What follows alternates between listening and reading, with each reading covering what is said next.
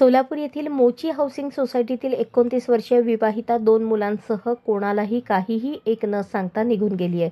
ती अद्यापर्यंत परत आली नसल्याने तिचा पती रवी भास्कर म्हेत्रे याने खबर दिल्यावर सदर बाजार पोलीस ठाण्यात बेपत्ता रजिस्ट्री दाखल करण्यात आली आहे। घरात कोणास काही न सांगता घराबाहेर पडलेल्या महिलेचे नाव पिंकी रवी म्हेत्रे असे आहे।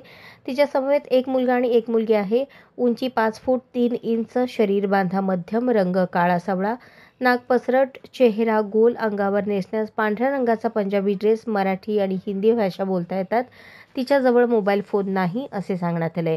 या बेपत्ता महिलेसंबंधी काही माहिती उपलब्ध झाल्यास व ती आढळल्यास सदर बाजार पोलीस ठाण्यास 0217 274 46 41 या क्रमांकावर किंवा तपासी अंमलदार पोलीस हवालदार PV गायकवाड यांना कळवण्याचे आवाहन करण्यात आले आहे।